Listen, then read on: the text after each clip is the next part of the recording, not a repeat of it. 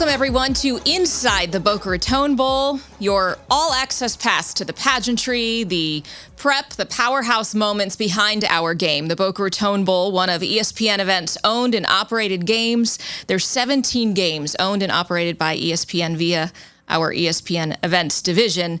And in South Florida, we've got one of them. But we go beyond our game. We talk a lot about the bowl season, college football in its entirety. I'm your host, Paige Kornblue. Today, we're going big picture.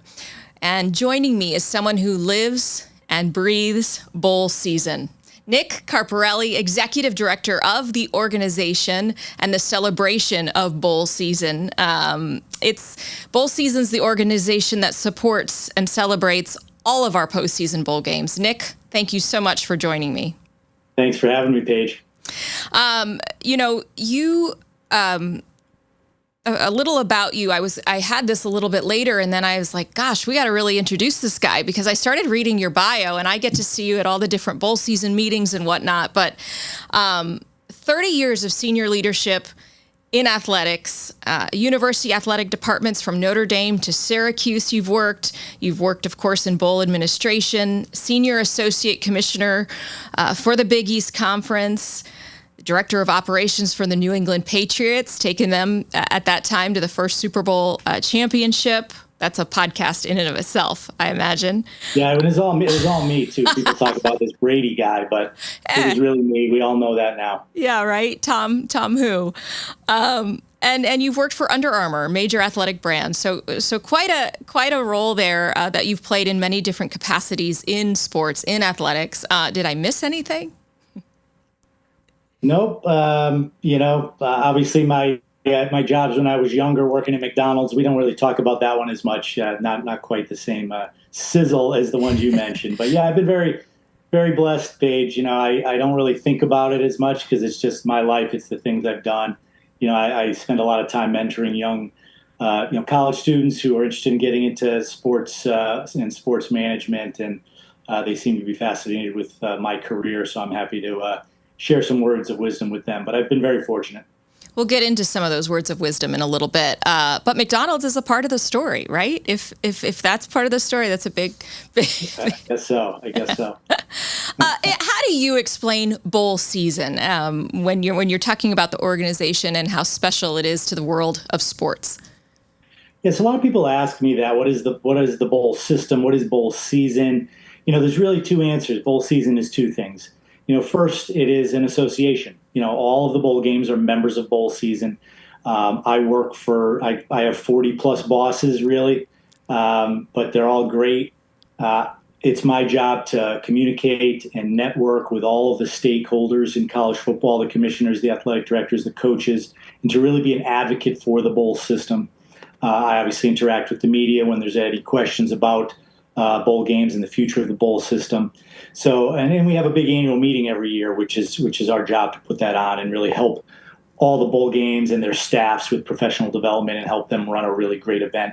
The other part of bowl season is it's a time of year, on the American sports calendar. If you think about it, all the major sports, they kind of are defined by their postseason. They all have great regular seasons, but the postseason is really must-see TV. So if you go down the line, NFL playoffs and the Super Bowl are in January and early February. We all know what we're going to be watching every March. I'm a big college basketball fan, so that's March Madness. You have the NBA and the NHL playoffs in June. You have the baseball playoffs in October and the World Series, and that really elevates the excitement around that game. And December is bowl season, December into early January. People look forward to watching bowl games. We'll talk about the TV ratings a little bit later, but so the second part of what bowl season is, it's that magical time of year on the American sports calendar where we get to celebrate the sport. Nothing like it, right? I mean, we talk about with the holidays the best time of the year, but that's like tenfold when you add college football. And It's become synonymous with the holidays. It really has. I mean, people are home with their families, and they, what other time of year do you turn the TV on a Wednesday night, between Christmas and New Year's looking for a bowl game? You might not even know what bowl game is going to be on that night. You just know you're going to find one, and it's often at times in some really cool destination with two teams who don't typically schedule each other, and people watch it, and it's a lot of fun. Yeah, yeah. I'm sure a lot of people ask you, they certainly ask me, how do these matchups work? How do you simplify that with all the things that go into the matchups? It's a complicated system. Every bowl game's different. They're all unique. Obviously, the destinations are unique. They spread from coast to coast.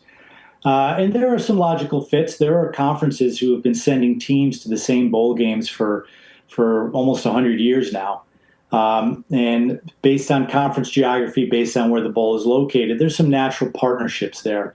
So every bowl game, for the most part, has two conference partners that each sends a team to their bowl game annually, and it's a matchup between teams from those two conferences. Some bowl games, like yours, Paige, has a handful of conferences that may send a team from one year to the next, and it's a big puzzle. The season ends with the conference championship games. The CFP selects their 12 teams, and then the rest of the bowls kind of trickle down from there, and they fill in. It's you have a lot of times a bowl game and a school that want to match up in a given year, but the contracts don't allow that, so there's a lot of trade-offs. I think at the end of the day, the system does a pretty good job of putting together great matchups across the board. And we're so excited on Selection Sunday in December, right? When we get to announce it all. It's like a holiday. It really is. It is. Okay, so I'm going to read some stats from 2024 to 2025 bowl season, our last bowl season. ESPN's college football bowl viewership reached record highs this past season. The 33 non-college football playoff bowls averaged 2.7 million viewers. That's marked a 14% year-over-year increase and the largest audience since the 2019-2020 season.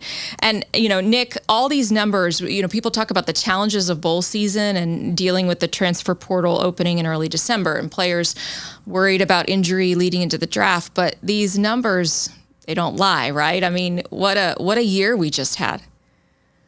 We had a great year. My job sometimes is made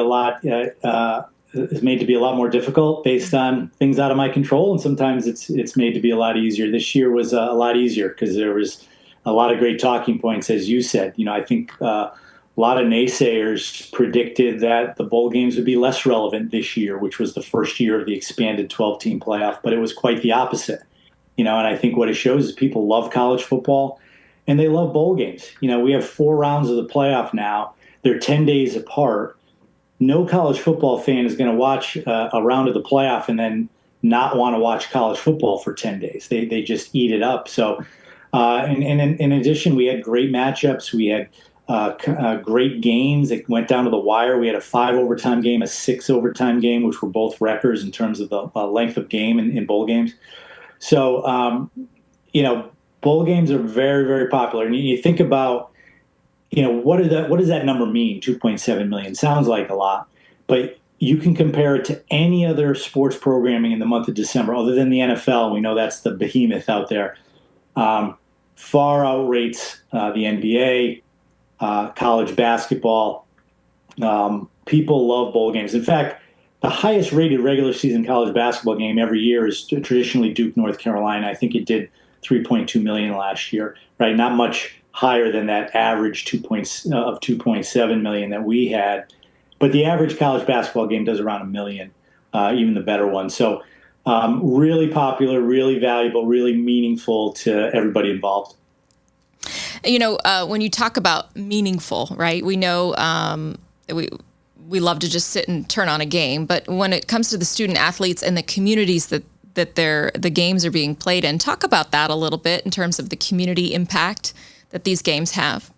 Yeah, it's huge. We call bowl season a celebration of college football because that's really what it is. At the end of the year, every team that's had a successful season celebrates by going to a bowl game, right? And what the definition of success is very different from one team to the next. There are certainly teams that, aspire to be in the playoff every year, and if they don't make it, they're disappointed.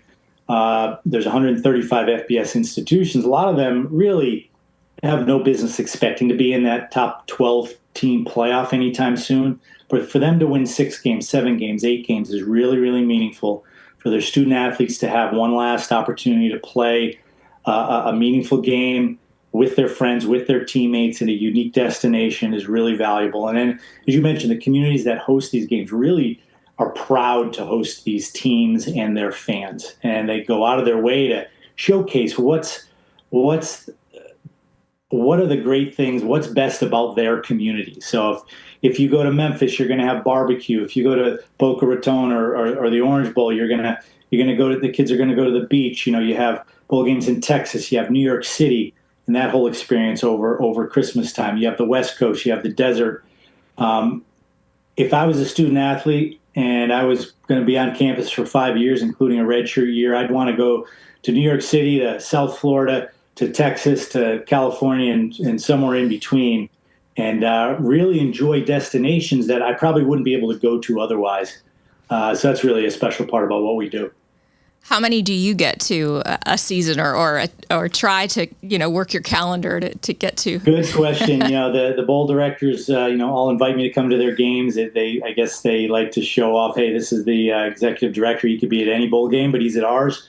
I wish I could get to all of them, but usually it's anywhere from 6 to 10 in a bowl season, and I try to rotate them, so I go to different ones every year.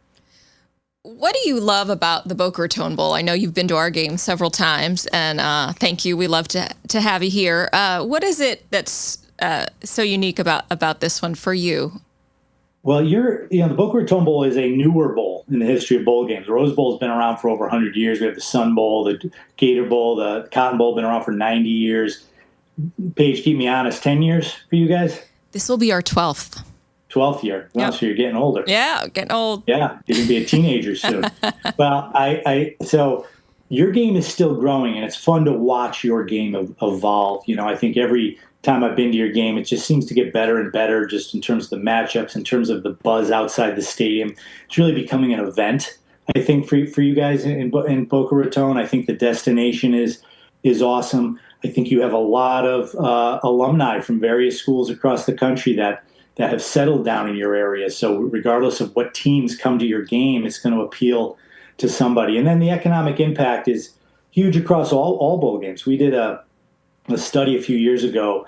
The economic impact of in the 40 plus bowl communities was over 1.4 billion. So, regardless of how many people are in the stands, the bowl games are played at a time of year where people typically are not traveling to go on vacation. So to have, 10,000 people come to a community, and that might not seem like a lot, but it's a huge impact to that community, the restaurants and all the other places that community has to offer. And it's really a great opportunity to show off what's great about Boca Raton. Why should people come back in the future? Nick, what do you say in terms of for businesses? Why sponsor a bowl game? What sets it apart and makes it so meaningful to stand behind, one of our games? In our case, of course, the Boca Raton Bowl. But what's so special about that sponsorship when you have so many different options of places to, have your business be involved? Yeah, I mean, there's different levels of sponsors. Obviously, the local sponsors that support the game. I think it's great for them to be invested in their community. These bowl games are community-based events. You're bringing all these fans to the community that will frequent the businesses in the greater Boca Raton area. I think it's important for these businesses and these local sponsors to support that game because it's mutually beneficial to everybody. On a bigger scale, title sponsors really, I think bowl games are starting to develop a reputation of delivering great value to their title sponsors.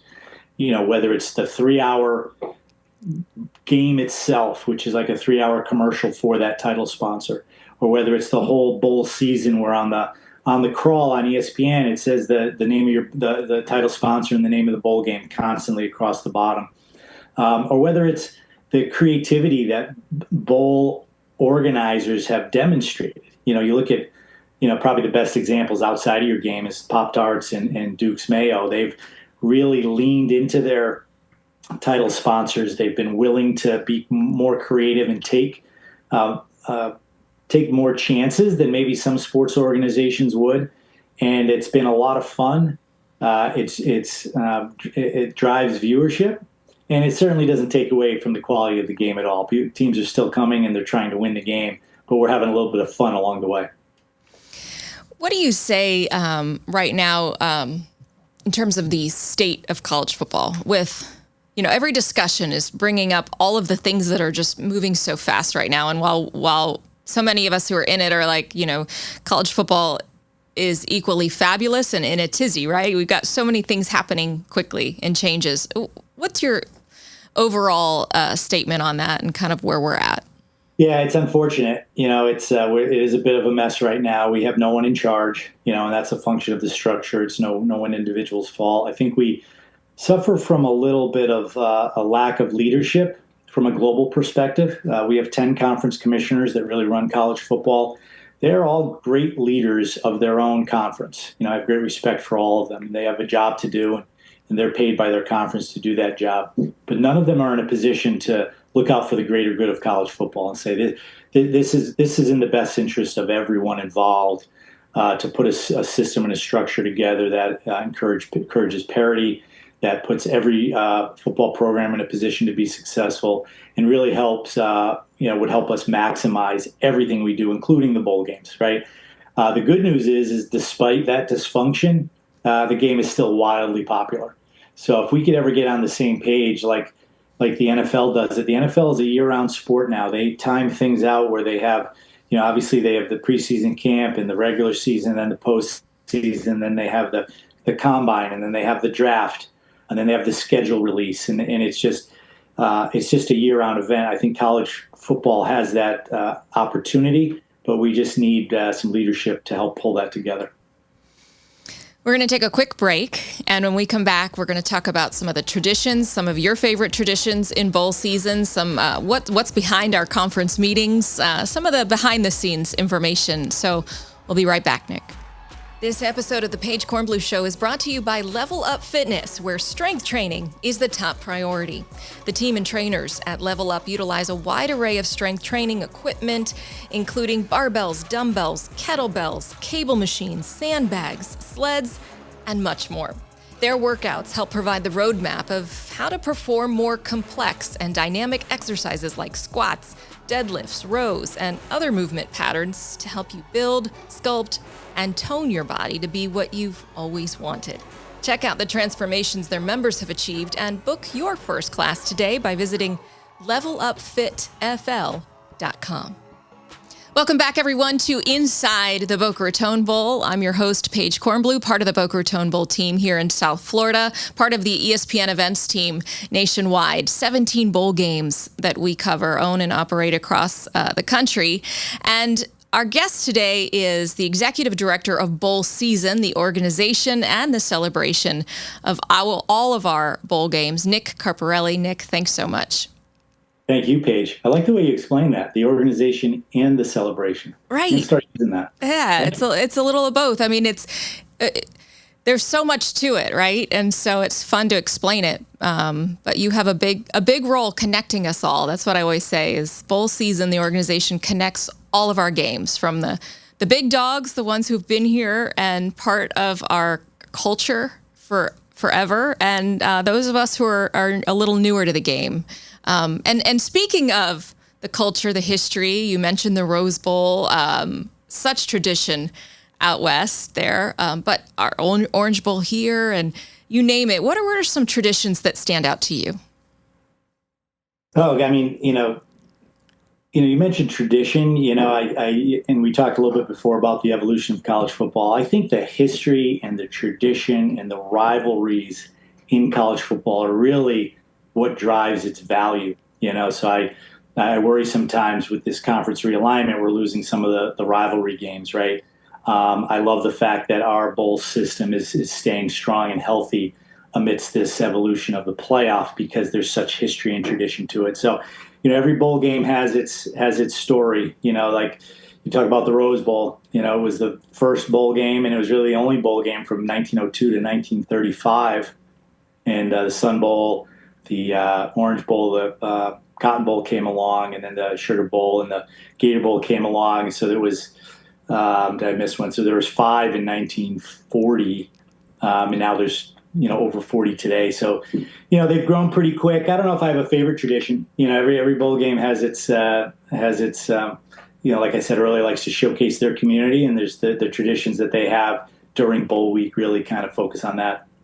How do you see bowl season evolving over the next 5 years? I guess 2 years, right? People talk about 10 years, but that's a lot. That's a long ways away with how quick things are moving. But what do you see for our future?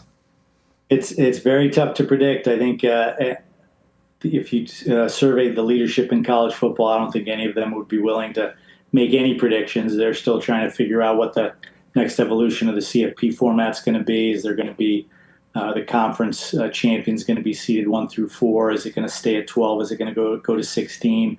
I don't think any of that really affects us that much. We're a little bit of a holding pattern.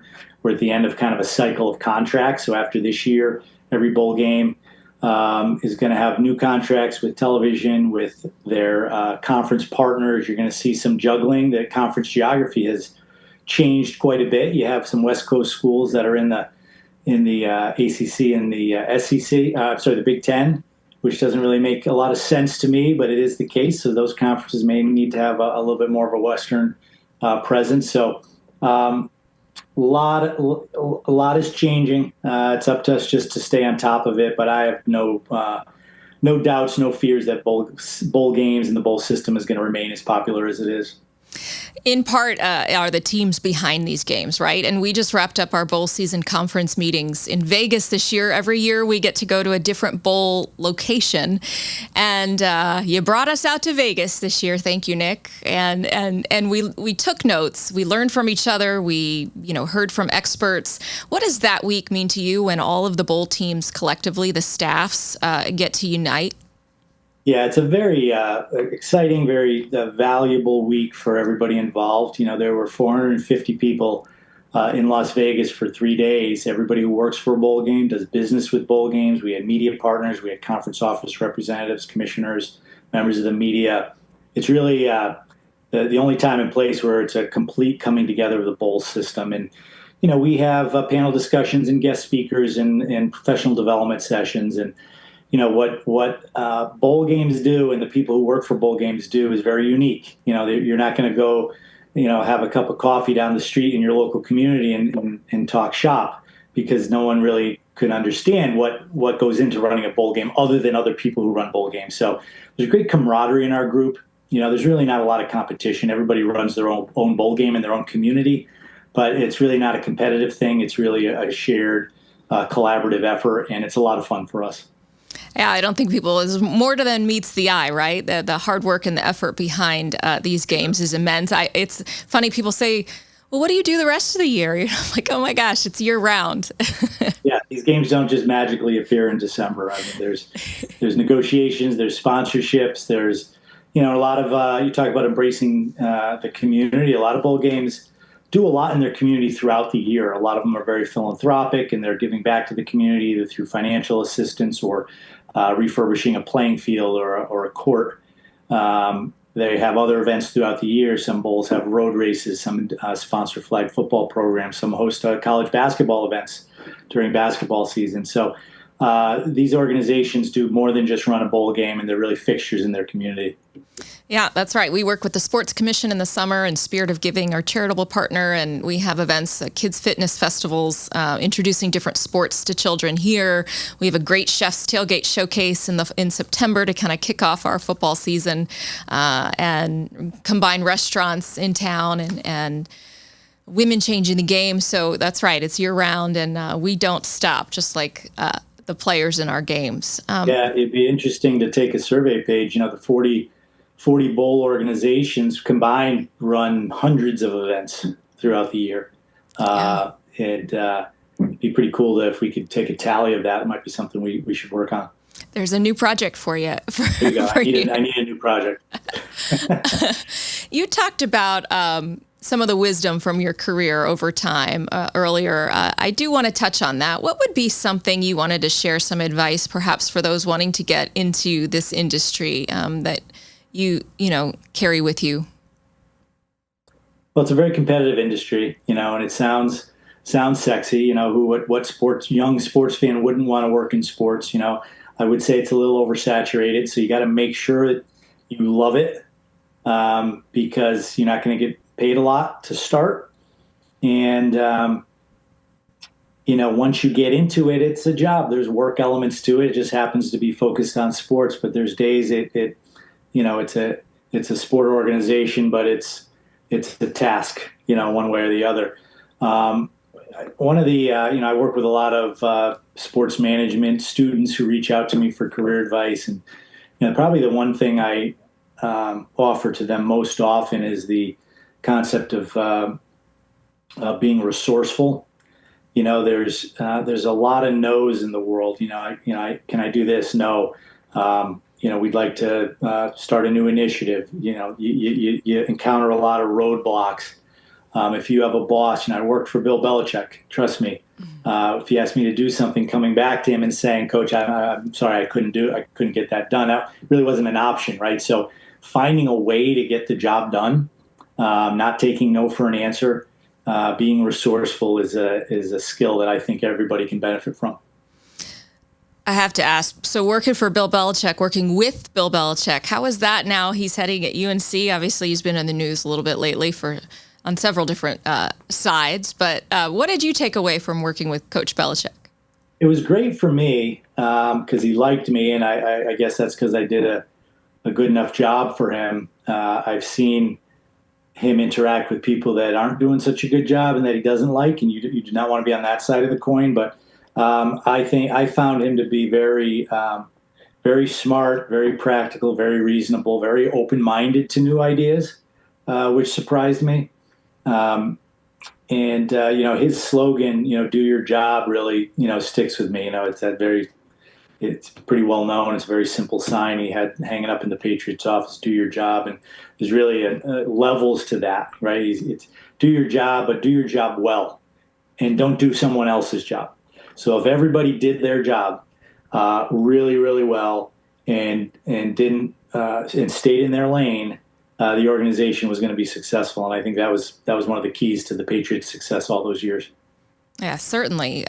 Okay, so that's Coach Belichick's. How about Nick Carparelli's? What's Nick's takeaway and something that perhaps may add a little pep in all of our steps in business, career, football, you name it?